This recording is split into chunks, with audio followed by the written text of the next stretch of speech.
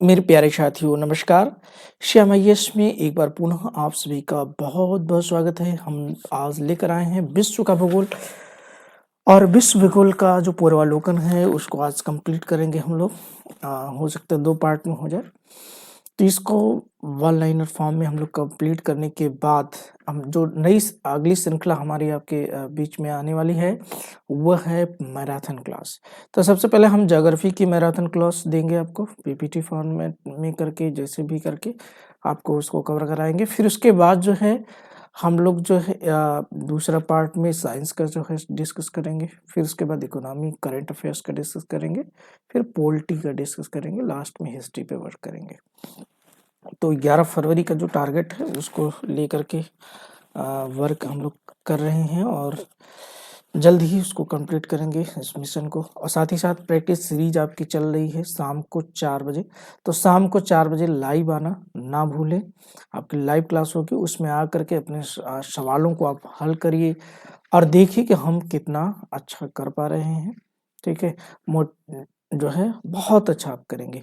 No doubt अगर 8 से 10 घंटे आप लगातार स्टडी कर रहे हैं, अपना रिवीजन कर रहे हैं, तो आप बहुत बेहतर करने वाले हैं। तो चलिए आइए शुरू करते हैं हम लोग।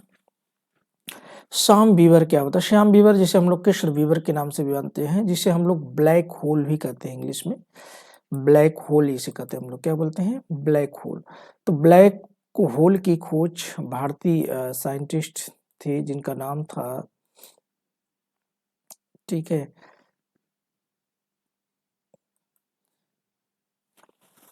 सुब्रमण्यम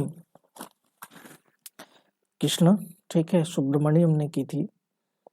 और इस की खोज के कारण ही आज हम लोग सही मायने में जो महाक्रंच की घटना है, यानी जो महाविस्फोट के बाद महाक्रंच की घटना होगी, उस चीज को हम लोग समझ पाते हैं कि कैसे पूरा ब्रह्मांड एक बिंदु में सिमट सकता है ये ब्लैक होल के माध्यम से। तो सिमट गया तारा को क्या हम लोग बोलते हैं? कृष्ण विवर है ब्लैक होल। क्षुद्र ग्रह 316201 मलाला किन दो ग्रहों के बीच मुख्य बेल्ट में स्थित है? तो हम जब सभी जानते हैं कि क्षुद्र ग्रहों की जो पट्टी है वो मंगल और बृहस्पति के मध्य में स्थित है। किसके बीच में? मंगल और बृहस्पति के बीच में। बिग बैंग सिद्धांत का उद्भव, बिग बैंग सिद्धांत के उद्भव की व्याख्या कौन करता? ब्रह्मांड की। किसकी व्याख्या करता है ये? ब्रह्मांड की। ब्रह्मांड की उत्पत्ति जॉर्ज लेमेत्रे ने जो है इस सिद्धांत का प्रतिपादन किया। और आज जब 2010 में जिनेवा में विश्व की लार्ज हाइड्रोकोलाइड जो प्रयोगशाला है दुनिया की सबसे बड़ी, उस प्रयोगशाला में जब इस पर प्रयोग किया गया तो बिग बैंग की जो थ्योरी है, जो सिद्धांत है, वह प्रमाणित हुआ। और उस प्रामाणिकता के बाद इस सिद्धांत का पूरी दुनिया में महत्व बढ़ा है। सुपरनोवा क्या है? सुपरनोवा एक मृत प्राय स्थिति है तारे की, लेकिन यह ऐसा है कि जो विस्फोटक अवस्था में होता है। तो चमकीला विस्फोटक और मृतप्राय तारे की स्थिति को हम लोग जो क्या बोलते हैं? सुपरनोवा। ब्लैक होल की जानकारी प्रथम किसने दी थी? सुब्रमण्यम चंद्रशेखर ने। तो श्याम बीवर होता है एक सिमट गया तारा। तो सुब्रमण्यम चंद्रशेखर को इसकी खोज के लिए 1983 में नोबेल प्राइज दिया गया भौतिकी का।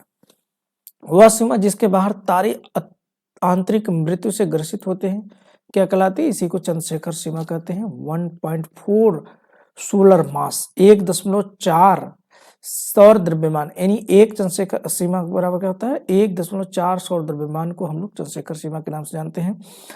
अगर इस मास से, इस द्रव्यमान से अधिक द्रव्यमान के तारे होते हैं तो उनकी जिंदगी अलग होती है, कम होते हैं तो उनकी जिंदगी अलग होती है।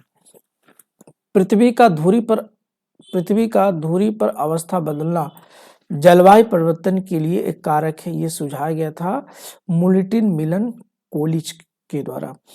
देखो जलवायु परिवर्तन के प्रभाव से हो क्या रहा है कि जो हमारे पोलर एरिया है, ध्रुवीय क्षेत्र है, जहां पर सूर्य का प्रकाश अत्यंत तिरछा पड़ता है और वो भी 6 महीने में लगभग एक बार 6 महीने लगभग पड़ता है, बहुत तिरछा प्रकाश पड़ता है। 6 महीने तो पड़ता ही नहीं है। इसके कारण कि ये जो ध्रुवीय क्षेत्र हैं ये निम्न ताप के क्षेत्र हैं। निम्न ताप के क्षेत्र होने के कारण यहाँ पर जो जो भी जल है या स्थल है वो बर्फ से ढके हुए। जैसे अगर हम दक्षिणी पोल पे चले, साउथ पोल पे चले, तो वहाँ पर अंटार्कटिका का पूरा क्षेत्र जो है एकदम बर्फीला है।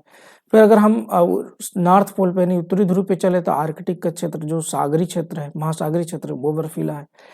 लेकिन इस जलवायु परिवर्तन के कारण जब पृथ्वी का तापमान बढ़ा है, तो उस बढ़े हुए तापमान के प्रभाव से ये ध्रुवीय क्षेत्र के बर्फ पिघल रहे हैं, और इस बर्फ के पिघलने के प्रभाव के कारण हमारे पृथ्वी का जो अक्षीय झुकाव है, उस झुकाव में परिवर्तन आ रहा है, और उस परिवर्तन का प्रभाव हमारे ऊपर पड़ने वाला है कि जो ताप पेटियां होंगी वो खिसक जाएंगी, और ताप पेटियों के खिसकने से जो जलवायु का जो बेल्ट है, ठीक है, वो बेल्ट भी खिसक जाएगा, और इसी का प्रभाव हमको देखने को मिलेगा। पृथ्वी सूर्य की परिक्रमा करती है, यह मत किसका था? बाराहमीर का। पृथ्वी परिक्रमा करती है, यह मत था किसका? बाराहमीर का। सौरमंडल की बात कर लें। सौरमंडल किसी तारे का रंग दर्शाता है उसका ताप। किसी तारे का रंग क्या दर्शाता है? उसके ताप को दर्शाता है। अगर सफेद कोई तारा यदि नीला रंग का है तो सबसे उच्च ताप का है, सफेद रंग का है तो उससे कम ताप का है, पीले रंग का है तो उससे कम ताप का है, अगर फिर वह नारंगी रंग का तो उससे कम, लाल है तो उससे कम, और फिर काला अंततः हो जाता है। एक निश्चित आकृति में व्यवस्थित तारों के समूह को हम लोग क्या बोलते हैं? नक्षत्र बोलते हैं या तारामंडल बोलते हैं। एक भू उपग्रह आपकी अपनी कक्षा में निरंतर गति करता है अपकेंद्र सेंट्रीपिटल फोर्स के प्रभाव से होता है, जो प्राप्त होता है पृथ्वी द्वारा उपग्रह पर लगने वाले गुरुत्वाकर्षण बल के प्रभाव से। तो हम लोगों को न्यूटन ने बताया कि किन्हीं दो पिंडों, अगर कोई पिंड वृत्तीय कक्षा में किसी दूसरे पिंड की परिक्रमा कर रहा है, तो इस हालात में इन दोनों पिंडों के बीच में एक तो आकर्षण बल तो लग ही रहा है, गुरुत्वाकर्षण बल लग रहा है, और इस गुरुत्वाकर्षण बल के प्रभाव से दो तरह के बल क्रिएट होते हैं। एक तो केंद्र की ओर बाहर लगने वाला बल, और एक केंद्र की अंदर की ओर लगने वाला बल। तो केंद्र के अंदर जो बल लगता है उसे अभिकेंद्रीय बल बोलते हैं, जो बाहर की ओर लगता है अपकेंद्रीय बल बोलते हैं। तो यही अपकेंद्रीय बल जो है इनको बांधे रखता है, इसके प्रभाव से होता है, निरंतर गति करते रहते हैं। अगर ये अपकेंद्रीय बल का असंतुलन डिस्टर्ब हो जाए तो फिर इनकी गति पूरी तरीके से डिस्टर्ब हो जाएगी, और कोई भी जैसे पृथ्वी है, पृथ्वी भी पलायन कर सकती है, नो डाउट इसमें। आकाशगंगा वर्गीकृत की गई है सर्पाकार गैलेक्सी के रूप में। तो जो हमारी गैलेक्सी है वो सर्पिलाकार आकार में, इस तरीके के आकार में मौजूद है, ठीक है, जिसे हम लोग आकाशगंगा के नाम से जानते हैं, जिससे हम लोग जो है मंदाकिनी, हम जो हमारी आकाशगंगा है मिल्की वे मंदाकिनी के नाम से हम लोग जानते हैं। इसके दिन की अवधि तथा इसके अक्ष का झुकाव सन्निकट पृथ्वी के समान है, यह सत्य कथन किसके बारे में सत्य है? तो हमारे सौर मंडल का मंगल एक ऐसा ग्रह है जो जिसके दिन की अवधि यानी जैसे पृथ्वी के लगभग 24 घंटे हैं तो उसके लगभग 25 घंटे हैं, तो लगभग समान है दिन और रात की अवधि। यही कारण है कि हम लोग चंद्रमा के तुलना में मंगल पर बेहतर जीवन व्यतीत कर सकते हैं। लेकिन मंगल पर कुछ कमियां हैं, हालांकि वहाँ पर पर्वत, पठार, मैदान सारी चीज़ें हैं मौजूद, लेकिन वहाँ पर जल अभी उसकी खोज नहीं हो पाई है, जल है कि नहीं है। अगर जल भविष्य में वहाँ पर मिलता है तो भले ही धूल भरी आंधियाँ बहुत तेजी से चलती है मंगल पर, लेकिन मंगल का जीवन जो है मंगलकारी हो सकता है ग्रहों में। अगर बात करूं तो चंद्रमा पर समस्या ये है कि चंद्रमा पर वायुमंडल ही नहीं है, और वायुमंडल नहीं है तो फिर वहां पर ऑक्सीजन क्रिएट करना पड़ेगा, ऑक्सीजन बनाना पड़ेगा, क्योंकि बिना ऑक्सीजन के हमारा आपका जीवन तो संभव है नहीं। लेकिन मंगल पर वायुमंडल है, और इस वायुमंडल की उपस्थिति में ऑक्सीजन की मात्रा न है, ऐसा नहीं है, लेकिन उतनी पर्याप्त नहीं है जितना कि पृथ्वी पर होना चाहिए, क्योंकि पृथ्वी पर क्या है? वनस्पतियां हैं, और ये वनस्पतियां ऑक्सीजन का उत्पादन करती हैं। क्या प्रारंभिक समय में पृथ्वी पर उतना ऑक्सीजन था जितना आज है? नहीं था, ठीक है। तो तारे अपनी ऊर्जा प्राप्त करते हैं किस क्रिया के द्वारा? नाभिकीय संलयन, गुरुत्वीय संकुचन से। तो ये नाभिकीय संलयन होता है जब हाइड्रोजन से हाइड्रोजन जुड़ता है, तो उस क्रिया में हीलियम का निर्माण होता है और भारी मात्रा में ऊष्मा का उत्सर्जन होता है। सौर परिवार का सबसे छोटा ग्रह है, सौर परिवार का सबसे छोटा ग्रह कौन सा है? हम सभी जानते हैं कि बुध है। सूर्य से पृथ्वी तक प्रकाश आने में कितना समय लगता है? तो लगभग 8 मिनट का समय लगता है। यानी एवरेज अगर टाइम की बात करूं तो 8 मिनट 16 सेकंड का समय लगता है। अगर कभी 8 से 9 मिनट के बीच में कोई भी ड्यूरेशन दिया है तो उसको आप सही कर सकते हैं। अंतरिक्ष यात्री को आकाश का रंग कैसा दिखाई देता है? काला दिखाई देता है। जब हम लोग पृथ्वी पर होते हैं तो पृथ्वी के वायुमंडल है और इस वायुमंडल में धूल कण भरा हुआ है ना। ये वायुमंडल ऐसे क्लीन नीट एंड क्लीन नहीं है, ये धूल कण से भरा हुआ है और धूल कण से भरा होने के कारण क्या होता है कि प्रकाश का प्रकीर्णन होता है। तो ये धूल कण जब सूर्य का प्रकाश हमारे वायुमंडल में प्रवेश करता है तो प्रकाश का प्रकीर्णन होता है और इस प्रकीर्णन के प्रभाव से जब हम लोग आसमान की ओर दिन में देखते हैं तो आकाश नीला दिखाई देता है, लेकिन वही रात में देखते हैं तो हमको काला दिखाई देता है। लेकिन हम जैसे ही वायुमंडल से ऊपर चले जाते हैं तो हम अंतरिक्ष स्पेस में होते हैं और स्पेस में से जब हम अंतरिक्ष को देखते हैं तो वहां पर कोई भी प्रकाश की कोई इस तरह से क्रिया नहीं होती है, अब इसलिए हमको अंतरिक्ष काला दिखाई देता है। सूर्य के निकटतम कौन सा ग्रह है? बुध है। आप जानते हैं कि बुध के बाद शुक्र है, शुक्र के बाद पृथ्वी, पृथ्वी के बाद मंगल है, उसके बाद बृहस्पति है, शनि है, फिर उसके बाद अरुण है, वरुण है, यानी यूरेनस और नेपच्यून है। सूर्य के बारे में हम लोग जान लें। सूर्य की ऊर्जा उत्पन्न होती है नाभिकीय संलयन के द्वारा। सूर्य का न्यूक्लियर ईंधन क्या है? हाइड्रोजन है और हाइड्रोजन का परमाणु क्रमांक 1 है और हाइड्रोजन इस धरती के सबसे शक्तिशाली ऊर्जा है। ठीक है, तो वो नंबर 1 भी है। अगर आज हाइड्रोजन के जनित इंजन का हम लोग आविष्कार कर लें, उसको डेवलप कर लें और उस इंजन को चलाएं, अगर ये 1 किलो ईंधन उसमें अगर डाल दिया जाए तो गाड़ी चलती रहे, ईंधन खत्म नहीं वाला जो है खत्म नहीं होने वाला है। तो ये हाइड्रोजन बहुत पावरफुल एनर्जी है। अंतरिक्ष यान मैगलन भेजा गया था शुक्र ग्रह पर और अगर आदित्य की बात करूं तो भी जो है आपका कहाँ गया था? सूर्य के पास परिक्रमा करने गया है। भारत का पहला सौर मिशन और सफल सौर मिशन है। और चंद्रयान 2, चंद्रयान 3 की बात भी हुई, मंगलयान की बात हुई, सारी चीजें आपको करंट में अपडेट करके रखना है। ग्रहों की बात कर लें तो ग्रह पृथ्वी के तरल क्रोड से भिन्न चंद्रमा का क्रोड है ठोस है, जो कि पृथ्वी का जो क्रोड है, पृथ्वी का क्रोड का मतलब जो पृथ्वी के अंदर का केंद्रीय भाग है वह तरल रूप में है, जबकि चंद्रमा का ठोस रूप में है। जीवन के अस्तित्व के लिए उपयुक्त हो सकता है मंगल ग्रह। कौन सा हो सकता है? मंगल ग्रह। सुबह का तारा तथा संध्या का तारा भी कहा जाता है, वह ग्रह किसे है? वो शुक्र है। सौरमंडल में क्षुद्र ग्रह एस्टेरॉयड छोटे खगोलीय पिंड है जो जिन ग्रहों के मध्य पाए जाते हैं वे हैं मंगल और बृहस्पति। पृथ्वी की परिक्रमण धुरी ध्रुवीय धुरी सदा झुकी होती है दीर्घवृत्तीय धुरी से 23.5 डिग्री, है ना। पृथ्वी के जुड़वा बहन कहे जाने का नाम किसको है? शुक्र के पास है, क्योंकि पृथ्वी और शुक्र का जो द्रव्यमान है, आकार है, लगभग एक समान है और पृथ्वी के सबसे निकटतम स्थित ग्रह है। वह ग्रह जो सबसे कम समय में सूर्य का चक्कर लगाता है बुध है, क्योंकि जो सबसे निकट है वही तो कम समय में चक्कर लगाएगा। 2 ग्रह जिसके उपग्रह नहीं है वे हैं बुध और शुक्र हैं। वह ग्रह जो पृथ्वी से निकटतम दूरी पर है, अब दिए गए विकल्प के अकॉर्डिंग होगा, बुध नहीं है तो शुक्र हो जाएगा।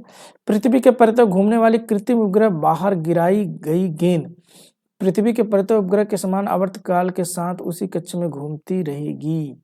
ठीक है, पृथ्वी के परितः घूमने वाले कृत्रिम उपग्रह बाहर गिराई गई गेंद।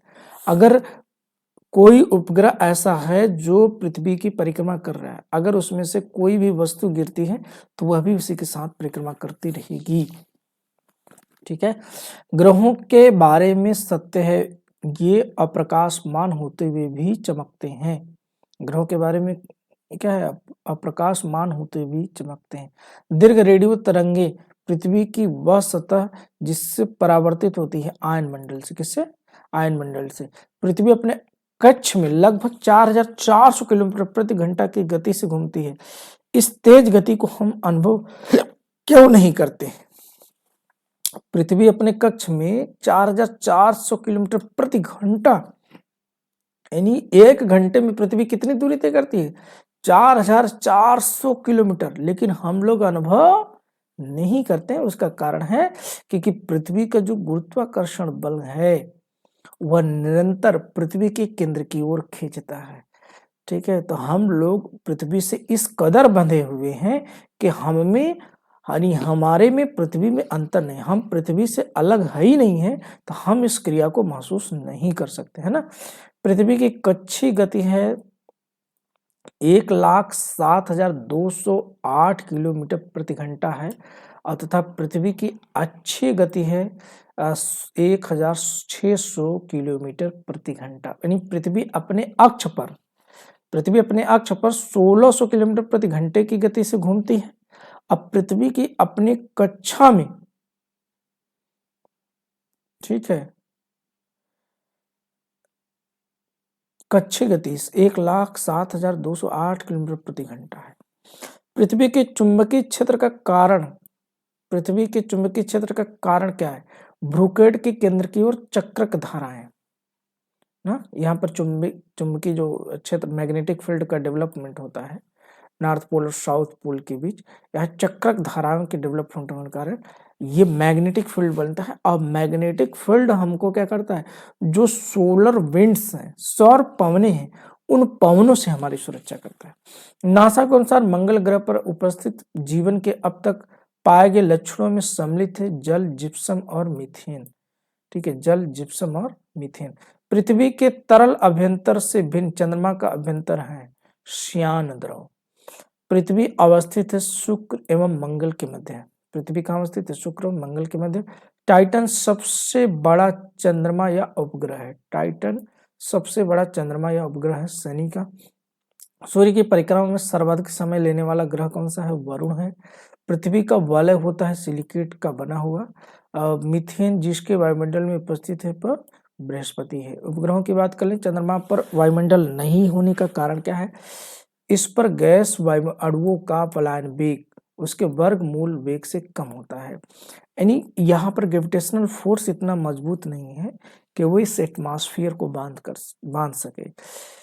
चंद्रमा की पृथ्वी से दूरी कितनी है? 3,84,400 किलोमीटर। ठीक है, और प्रति चंद्रमा की सतह से एक सेल पृथ्वी पर लाया गया है तो उसके भार में परिवर्तन होगा, परंतु द्रव्यमान में परिवर्तन नहीं होगा। भार में परिवर्तन किस लिए होगा? क्योंकि गुरुत्वाकर्षण बल चंद्रमा का 1/6 है, यानी पृथ्वी का 1/6 ज्यादा है। ठीक है, धूमकेतु एवं क्षुद्रग्रह की बात करूं, हमारे उपग्रह में मृदुजल की सर्वाधिक मात्रा है महाद्वीपीय पर्वतीय हिमनदियों स्थायी हिम में। मंगल एवं बृहस्पति की कक्षाओं के मध्य सूर्य के चतुर्दिक चक्कर लगाने वाले चट्टानों के छोटे टुकड़े के समूह को कहते हैं क्षुद्रग्रह। सूर्य ग्रहण एवं चंद्र ग्रहण की बात करें, a brief history of time नामक पुस्तक लिखी स्टीफन हॉकिंग के द्वारा। जेवी नार्लिकर के अनुसार अभी तक विज्ञान नहीं जाना जाता है ज्योतिष को। सूर्य ग्रहण कब होता है? प्रतिपदा यानी न्यू मून के समय में। सूर्य ग्रहण हमेशा कब होता है? अमावस्या के दिन होता है। समय एवं तिथि की बात कर ले, लीप वर्ष या अधिवर्ष था 2000 ईस्वी में। वह तिथि जब दोपहर अपनी छाया सबसे छोटी होती है 22 जून को होती है। क्यों? क्योंकि भारत में कर्क रेखा पर सूर्य का प्रकाश होता है। वह कौन सी तिथियां हैं जो जब दोनों गोलार्धों में दिन और रात बराबर होता है? 21 मार्च और 23 सितंबर को। इक्विनॉक्स वर्ष 2 दिन और रात बराबर होते हैं 21 मार्च और 23 सितंबर को, इसी को इक्विनॉक्स कहा जाता है। मकर संक्रांति के समय कर्क रेखा पर दोपहर के सूर्य का उन्नताश होता है 66.5 डिग्री। वह तिथि जब सबसे बड़ा दिन होता है 21 जून को अपने भारत में। अक्षांश और देशांतर रेखाओं की बात कर लें तो ग्रीनविच यामत और भूमध्य रेखा एक दूसरे को काटती है अटलांटिक महासागर और गिनी की खाड़ी में नल आइलैंड के निकट। डेटम रेखा एक क्षैतिज रेखा है जिसके द्वारा ऊंचाई तथा गहराई की पैमाइश की जाती है। उत्तर कोरिया तथा दक्षिण कोरिया की अंतर्राष्ट्रीय सीमा क्या है? 38 डिग्री उत्तरी अक्षांश। कनाडा और यूएसए की 49 डिग्री उत्तरी अक्षांश। ठीक है, उत्तरी अथवा दक्षिणी अक्षांशों के आप हार्स अक्षांश कहते हैं 30 डिग्री साउथ को। देशांतर रेखा वह सेल जो भारत का 90% अधिक कोयला प्रदान करता है गोंडवाना। किसी जहाज सबसे कम समय में एक स्थान से दूसरे स्थान तक जाने के लिए मार्ग बनाना चाहिए देशांतर का। वह देशांतर प्रधान एवं के साथ ग्लोब पर बृहत का निर्माण करता है। 180 डिग्री देशांतर प्रधान एवं गुजरती है कुल 9 देशों से, अल्जीरिया फ्रांस से भी, ठीक है, कुल 9 देश हैं इसमें, जिसे 0 डिग्री देशांतर बोलते हैं। तो 0 डिग्री और देशांतर और 180 डिग्री देशांतर, ये दोनों मिलकर के एक बृहद वृत्त का निर्माण करते हैं। विषुवतीय रेखा की बात कर लें तो भूमध्य रेखा पर अवस्थित कुल कितने देश हैं? 13 देश हैं, कोलंबिया केन्या सहित, ठीक है। भूमध्य रेखा पर कितने देश हैं? कुल 13 देश हैं। भूमध्य रेखा गुजरती है तो देशों के नाम के आधार पर होगा। ग्लोब पर 2 स्थानों के बीच न्यूनतम दूरी होती है प्रधान देशांतर पर। वह नदी जो विषुवत रेखा को 2 बार पार करती है, जायरे।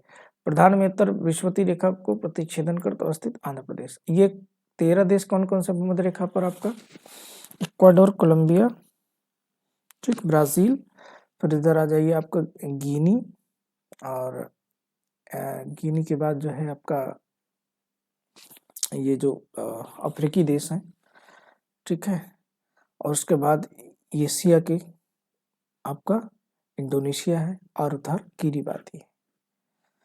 तो कुल मिलाकर कुल कितने देश हैं? 13 देश हैं। कर्क रेखा, कर्क रेखा राज्यों से होकर गुजरती है। 8 राज्य सब रटा हुआ है, हम लोग जानते हैं। उत्तरी गोलार्ध में कर्क रेखा संक्रांति के समय 12 घंटे का दिन होगा विषुवत रेखा पर। वह नगर जो कर्क रेखा से निकटतम दूरी पर स्थित है गांधीनगर। मानक समय की बात कर लें, जब ग्रीनविच के मध्याह्न है उसी समय किसी जगह का स्थानीय समय 5 बजे सायं है। निम्नलिखित में वो कौन सा अंतर है जिस पर उपयुक्त जगह अवस्थित है? 75 डिग्री पूर्वी देशांतर। किसी जगह का स्थानीय समय 6 बजे प्रातः है, जबकि ग्रीनविच मीन टाइम प्रातः 3 बजे है। उस जगह का देशांतर रेखा होगी 45 डिग्री पूर्वी देशांतर। जब भारतीय मानक समय के यामोत्तर पर अर्धरात्रि है, एक स्थान पर सुबह का 6 बजता है, उसी स्थान को अवस्थिति जिस यामोत्तर पर है 72 डिग्री। तो इसको निकालते हैं हम लोग कैलकुलेशन से। अब इस तरह के सवाल बहुत कम आ रहे हैं। अन्य तथ्यों की बात कर लें तो कर्क मकर दोनों रेखाएं गुजरती हैं अफ्रीका महाद्वीप से, और भूमध्य रेखा कर्क रेखा मकर का तीनों अफ्रीका महाद्वीप से गुजरती हैं। हॉर्न ऑफ अफ्रीका किसी सोमालिया, इथियोपिया और जिबूती हैं। वह देश जो आर्कटिक वृत्त के दक्षिण पाया जाता है आइसलैंड है। और आइसोगोनिया रेखाएं हैं, समान चुंबकीय झुकाव वाली रेखाएं। ग्लोब पर उच्च वायुदाब की मेखलाएं पाई जाती हैं 4। विश्व के देश और राजधानी एवं सीमाएं की बात कर लें, आज यहीं तक मैं क्लास लूंगा, ठीक है। महाद्वीप, उन महाद्वीपों के नाम बताइए जो एक दूसरे को दर्पण प्रतिबिंब बनाते हैं। अफ्रीका तथा दक्षिण अमेरिका। वह महाद्वीप जिसमें देशों की संख्या अधिकतम है, अफ्रीका 54 देश है। वह महाद्वीप जिसमें संपूर्ण क्षेत्रफल में मैदानी भाग का प्रतिशत सर्वाधिक है, यूरोप का। वह देश समूह जिसकी सीमा इजराइल से लगी हुई है, लेबनान, सीरिया, जॉर्डन, मिस्र। दक्षिण पूर्वी एशिया में स्थल अवरुद्ध देश कौन सा है? लाओस। वह देश जो भौगोलिक रूप से अमेरिका में अवस्थित है, राजनीतिक दृष्टि से यूरोप में ग्रीनलैंड। दक्षिण एशिया का सर्वाधिक नगरीकृत देश है पाकिस्तान, दिए गए उस समय ना। संसार में सर्वाधिक नगरीकृत देश है सिंगापुर। जनसंख्या के आधार पर विश्व का सबसे बड़ा इस्लामिक राष्ट्र इंडोनेशिया। अफ्रीका का सिंह जो में नहीं है, सूडान, ठीक है। स्वर्णिम अर्धचंद्र सम्मिलित किया जाता है अफगानिस्तान, ईरान और पाकिस्तान को। बेलेंकस देश कहा जाता है बेल्जियम, नीदरलैंड और लग्जमबर्ग को। दक्षिण अमेरिका का सबसे घना बसा देश है इक्वाडोर, और अंतर महाद्वीपीय देश है टर्की और ट्यूनीशिया। लोक नगरीय तथ्य के विचार से उस आधार पर विकसित किया गया जो अध्ययन किए गए मैक्सिको में। वह देश जो क्षेत्रफल में भारत से बड़ा नहीं है, दिए गए विकल्प के अकॉर्डिंग होगा 6 ही बड़े हैं। कौन कौन से? आपका नंबर 1 पे जो है रशिया, उसके बाद कनाडा, फिर यूएसए, फिर चाइना, फिर उसके बाद ब्राज़ील, और फिर ऑस्ट्रेलिया, फिर भारत। अफ्रीका का स्थलावृत देश है चाड। देश और राजधानी की बात कर लें, पेरू की राजधानी लीमा है, जिम्बाब्वे की हरारे है, क्यूबा की हवाना है, लाओस की वियंतियाने है। फिर देश राजधानी 2019 में पूछा था प्री में, रिपीटेड सवाल है, देखिए ना। संयुक्त अरब अमीरात, उज्बेकिस्तान की ताशकंद, ताजिकिस्तान की दुशांबे, किर्गिस्तान की बिश्केक, तुर्कमेनिस्तान की अशबागत। मध्य एशिया की देश से पूछ लिया। नहर और शहर, यूरोप की तेल राजधानी कहा जाता है एबरडीन को, बहुत इंपॉर्टेंट सवाल है। और दूरतम उत्तर में अवस्थित नगर रोम, विकल्प के अनुसार है ना। सीमाएं, मेगिनाट रेखा थी फ्रांस और जर्मनी के बीच की सीमा। अफगानिस्तान की सीमा उभयनिष्ठ नहीं है रूस के साथ, ये विकल्प के अनुसार होगा। अफगानिस्तान के साथ किस देश की सीमा नहीं लगती, विकल्प के अनुसार आप देखेंगे रूस की। वह देश जो भारत के साथ सबसे लंबी स्थलीय सीमा बनाता है, बांग्लादेश। वह नदी जो अंतर्राष्ट्रीय सीमा बनाती है, राइन नदी। विश्व के प्रमुख नगर एवं भौगोलिक उपनाम, ठीक है। विश्व की सबसे ऊंचाई पर स्थित दूरबीन वेधशाला भारत में है, लद्दाख में। झुकी लाट के लिए प्रसिद्ध पीसा स्थित है, इटली में। सूर्योदय का देश किसे कहते हैं, जापान को। संयुक्त राज्य अमेरिका को वह राज्य जिसे ब्लूग्रास स्टेट भी कहा जाता है, केंटकी। वह देश जिसे विश्व का चीनी का कटोरा कहा जाता है, क्यूबा। वह नगर जिसको पूर्व का मैनचेस्टर कहा जाता है, ओसाका। टर्की का वह नगर जो पश्चिमी का द्वार कहलाता है, इस्तांबुल। राजाओं की घाटी अवस्थित है मिस्र में। भूगर्भिक इतिहास में शैल तंत्र की बात करें। पृथ्वी की उत्पत्ति भूगोल नवनियतिवाद सिद्धांत का प्रतिपादन किया था जी टेलर ने। पृथ्वी का आयु निर्धारित करने की विधि का प्रयोग करते हैं यूरेनियम डेटिंग विधि से। महाद्वीपों में गोंडवाना लैंड का भाग नहीं था, उत्तरी अमेरिका नहीं था, ठीक है। डायनासोर थे मीसोजोइक सरीसृप के। पृथ्वी की संरचना, भूपर्पटी में बहुतायत मात्रा में पाए जाने वाला रासायनिक तत्व ऑक्सीजन है। चट्टान शैल तंत्र की बात कर ले, लौह किस क्रम में शैलों में पाया जाता है, धारवाड़ क्रम में। कायांतरी चट्टानों में संबंध है मैग्नीज में। तो हम लोग कल यहीं से डिस्कस करेंगे पर्वत और पठार से। तो आज फिलहाल इसी में, कल सेकेंड पार्ट में इसको हम कंप्लीट कर लेंगे, फिर इसके बाद अगले सब्जेक्ट पे आएंगे। तो आज के लिए इतना ही, कल फिर मिलते हैं। हाँ, अगर ये वीडियो आपको पसंद आता है तो शेयर करना ना भूलें और लाइक का बटन दबाना ना भूलें। अगर आप नए हैं तो हमारे चैनल को सब्सक्राइब करना भी ना भूलें।